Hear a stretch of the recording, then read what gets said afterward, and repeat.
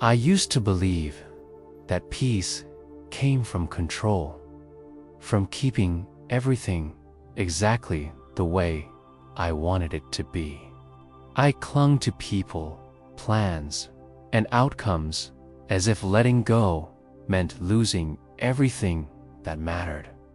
But the more I tried to hold on, the more life slipped through my fingers like water. Each day felt heavier, my heart quieter, as if I was fighting against the natural rhythm of existence itself. One early morning, I found myself walking along a misty riverbank near an old Zen monastery. The world was silent except for the soft hum of flowing water. I watched the river move, calm, effortless, unbothered by the stones that stood in its way. It didn't resist, it didn't force. It simply flowed. And for the first time in a long while, I wondered, why couldn't I do the same? The monk who guided visitors there noticed me standing by the river, lost in thought. He approached with a faint smile and asked, "Why do you hold on to what wants to leave?" His words struck me deeply. I didn't know how to answer. Maybe because I feared the emptiness that might follow. Maybe because I thought surrender meant weakness. That night, I couldn't sleep. His question echoed inside me. Why do you hold on to what wants to leave?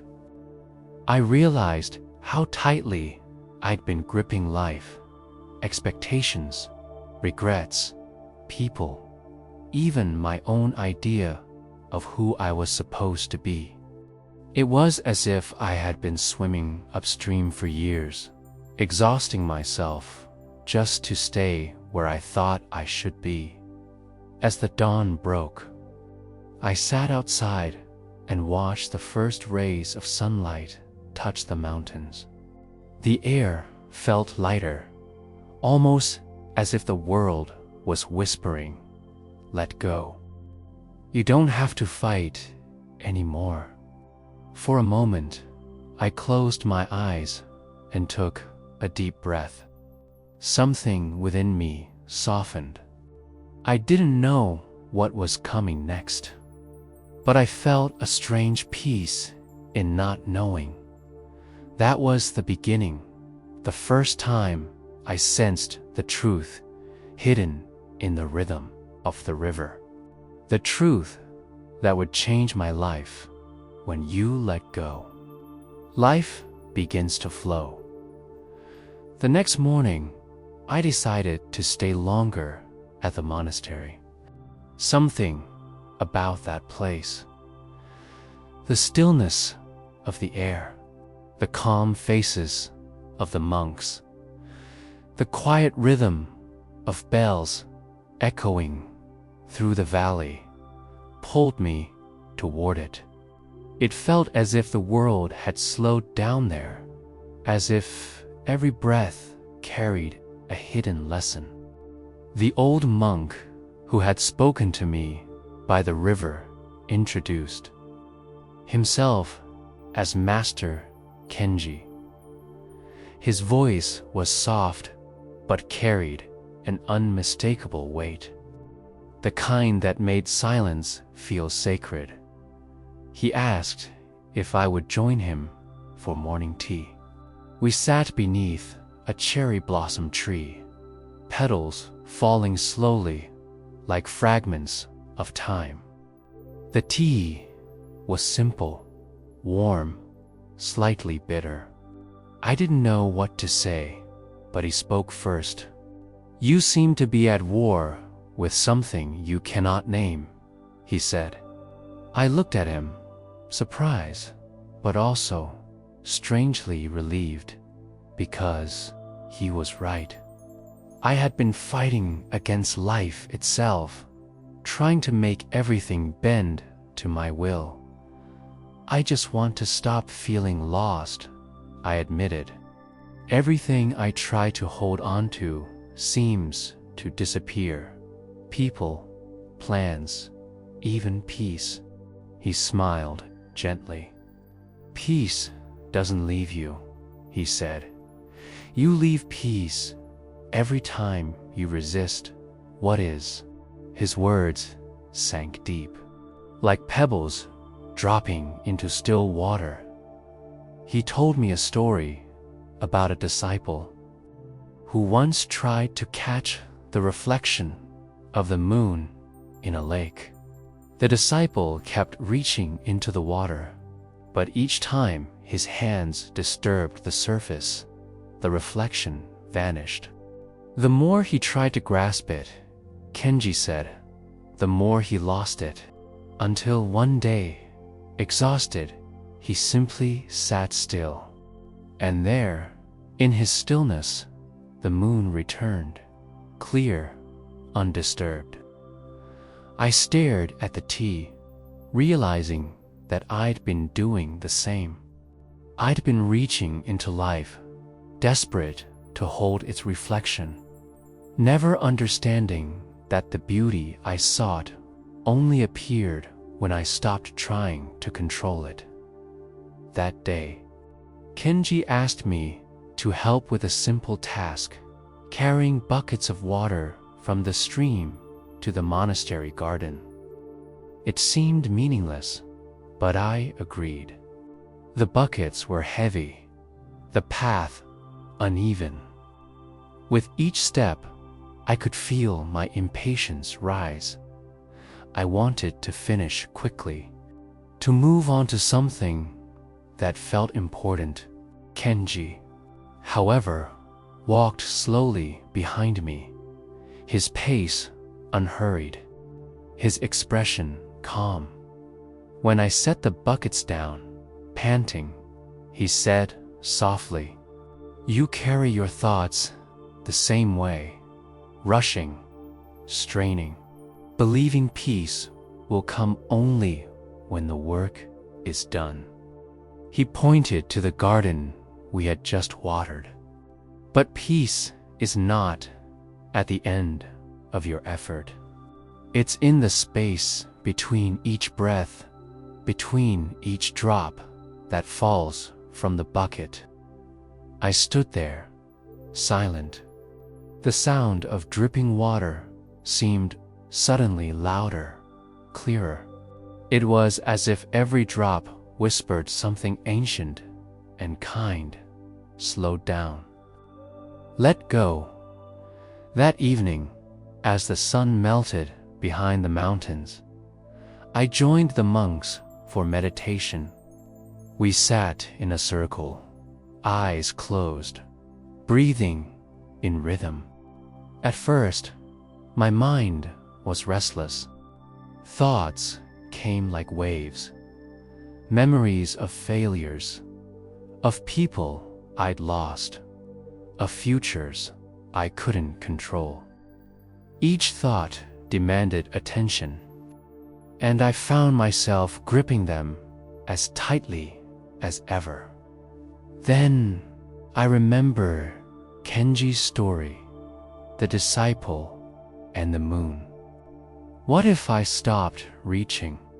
What if I let the water settle? So I sat still. I didn't chase the thoughts, didn't fight them. I simply watched as they rose and fell, like clouds drifting across a vast sky. Slowly, something shifted. The noise inside began to quiet. My breath felt softer, deeper. In that silence, I felt something I hadn't felt in years. A gentle sense of belonging. Not to any person or place, but to the moment itself. The present no longer felt like an obstacle. It felt like home. After the meditation, I opened my eyes, and saw the night sky above the monastery. The moon hung over the mountains, bright and perfect, reflected in the still pond nearby. I didn't move. I just watched. The reflection shimmered softly, undisturbed. For the first time, I didn't reach for it. Master Kenji came and stood beside me. "Do you see?" he asked quietly. "When you stop grasping, everything you seek appears on its own." And in that moment, something within me loosened the invisible knot of fear, control, and resistance that I had carried for so long. I didn't yet understand the full depth of his words, but I felt something new flowing through me, a peace that asked for nothing, a surrender that didn't feel like loss. That night, before I slept, I wrote in my journal, "Letting go doesn't mean giving up. It means making space for life to flow through you." It was the first step of my journey toward understanding the power of surrender, the quiet truth that when you let go, the universe begins to move with you, not against you. Days turned into weeks at the monastery, and with each passing sunrise, I began to see myself differently. The restlessness that once ruled me was still there, but it had softened. It no longer shouted, it whispered. Each morning I walked to the same river where I had first met Master Kenji. I would sit by its edge, listening to the current gliding over the rocks. It had no hurry, no agenda, yet it always found its way forward. Watching it became my meditation. I realized how much I had been fighting against the natural flow of life, trying to swim upstream, refusing to trust that the current knew where to go. One morning, I asked Master Kenji, "How do you know when it's time to let go?" He looked at me, eyes calm like still water, and said, "You don't decide to let go. You simply grow tired of holding on." I didn't fully grasp it at first, but his words lingered inside me, echoing through my thoughts. Later that day, I joined him in tending the garden. We worked quietly, side by side, pulling out weeds and planting new seeds. I watched how he treated every action as sacred, the way he touched the soil, the way he breathed between each movement. When I asked him why he worked so slowly, he smiled. "Because the earth doesn't hurry," he said, "and yet everything grows." Something shifted inside me. For so long, I had rushed through life, desperate to make things happen, to fix, to prove, to control.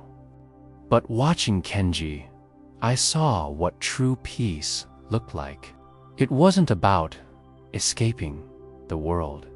It was about moving in harmony with it. Peace wasn't in stillness alone. It was in surrender, the willingness to trust the unfolding of each moment. That night, during meditation, I felt an inner resistance rise again. My mind wandered to the people I had lost, the dreams that had crumbled, the expectations I had built my identity upon. Each memory came with a sting, as if reminding me of everything I could not control. But instead of running from them, I did what the Master had taught me. I breathed. I allowed the pain to surface without fighting it. I didn't label it as good or bad. I simply watched it move through me, and then, unexpectedly, I felt something break, not in a painful way, but like a dam giving way to a gentle current.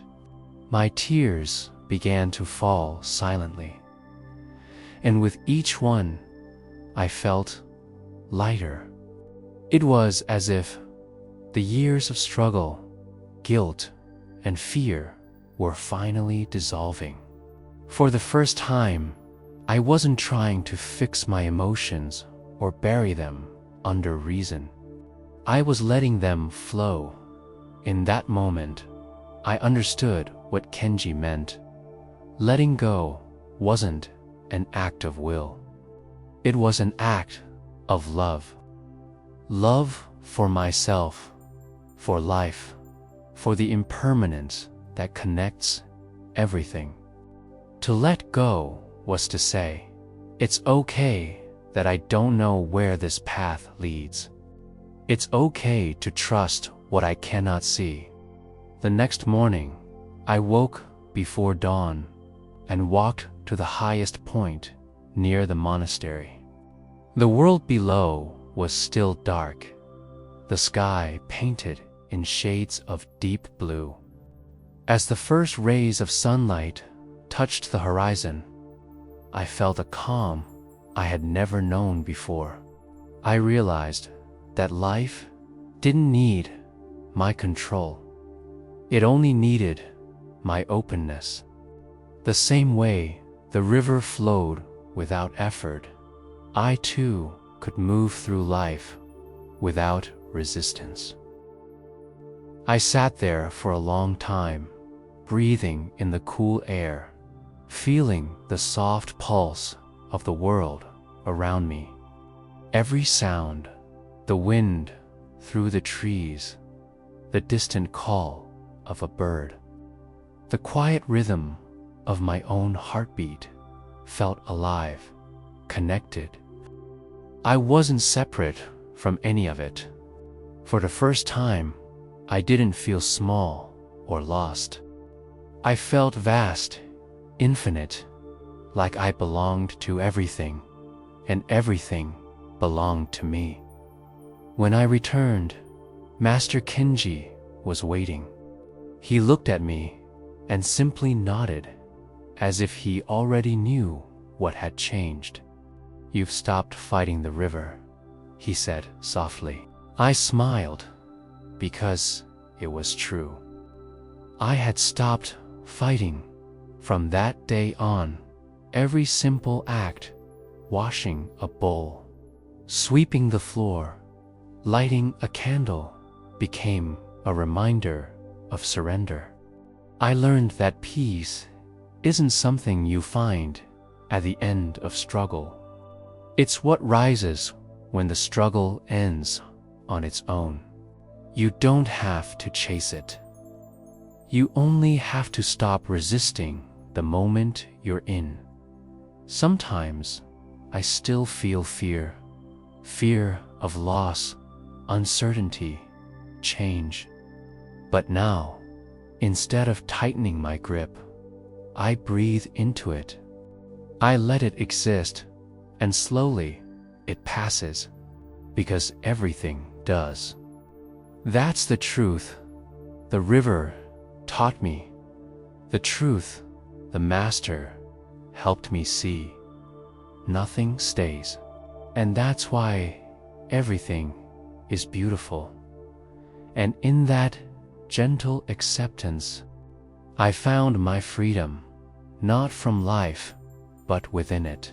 The freedom to flow, to trust, to be carried by the unseen current that always, somehow, leads us exactly where we are meant to be.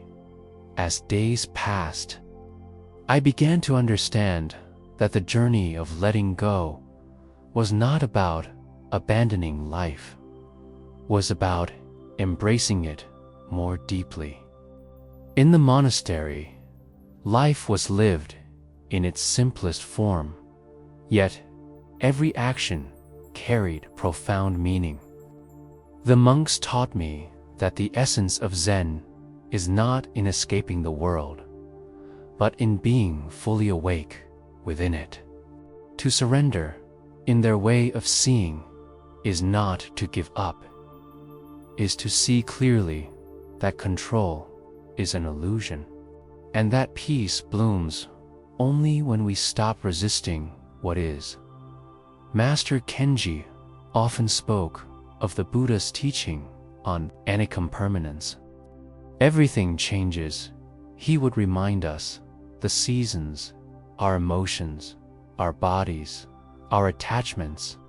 The suffering begins when we try to make the impermanent permanent. I realized that my pain had never come from loss itself, but from my refusal to accept that everything in this world must eventually pass. To love without clinging, to hope without expectation, this was the balance of peace. One evening, as we sat under the lantern light, Master Kenji told us a story from the Buddha's life. When a man once asked the Buddha, "What have you gained through meditation?" the Buddha replied, "Nothing." But then he added, "However, let me tell you what I have lost: anger, anxiety, fear, and doubt." That story struck me deeply. I saw that letting go is not about adding something new to life. It's about releasing what burdens the heart, so that its natural light can shine through in Zen practice. Detachment doesn't mean indifference. It means intimacy with everything, without ownership. When you no longer cling, you begin to truly see. A flower becomes more beautiful because you know it won't last forever. The sound of rain feels sacred because it will fade. Every moment becomes precious, every breath a gift. The art of letting go transforms ordinary life into a sacred experience. Kenji often said, "Life is not something to be managed. It is something to be trusted." I finally understood. Trust is the root of surrender. When we trust the flow of existence, we stop fighting it. We realize that what leaves was never ours to keep, and what stays was never ours to control. The universe moves with perfect rhythm, and when we align with that rhythm, peace follows naturally. I started seeing my own life differently. The people who left me, the dreams that dissolved, the failures I once feared, all of them were teachers in disguise. They had come to show me where I was still holding on, where I still needed to let go. Every ending became a doorway. Every loss, a gentle push toward freedom. That was the true beauty of Buddhist wisdom. Doesn't ask you to escape the world, but to wake up within it, to see that every joy and every sorrow are part of the same sacred dance. Detachment is not coldness. It is warm awareness, the kind that allows you to love fully, even knowing that love will one day change form. As I sat in meditation one night, I felt the quiet truth rise within me like a whisper. Nothing in this world belongs to you, yet everything is given to you for a time. Honor it, love it, and when the time comes, let it go. In that understanding, I felt peace settle inside me like still water. The fear that once ruled me had no power now. Life would move as it always does, and I would move with it, trusting, flowing, free. And perhaps that is what the Buddha meant when he spoke of awakening, not a grand enlightenment in the sky, but the simple, silent knowing that all is fleeting, and all is well. By the time I left the monastery, I had learned that letting go is not a single act, but a way of living. It is a continuous practice, a gentle reminder to release what no longer serves you, to breathe through fear, to trust in the flow of life. I realized that holding on too tightly only creates suffering, while surrender opens space for clarity, joy, and connection. Walking back to the world I had once struggled to control, I carried a quiet strength within me. I no longer feared change, loss, or the unknown. Instead, I welcomed each moment as it came, knowing that life, like the river by the monastery, moves with perfect rhythm. What is meant for you will always find its way, and what leaves makes room for what is yet to come. Every challenge now feels like a teacher, every ending like an invitation to begin anew. I remind myself daily, peace is not something to chase or force. It is something that arises naturally when I stop resisting, when I breathe, and when I let go. If there is one message I hope to share, it is this: stop clinging. Trust the flow. Release the burdens that weigh you down. In surrender, you will find freedom. In letting go, you will discover life in its fullest, most beautiful form. And in that space, you will know peace was never lost. It was waiting for you all along.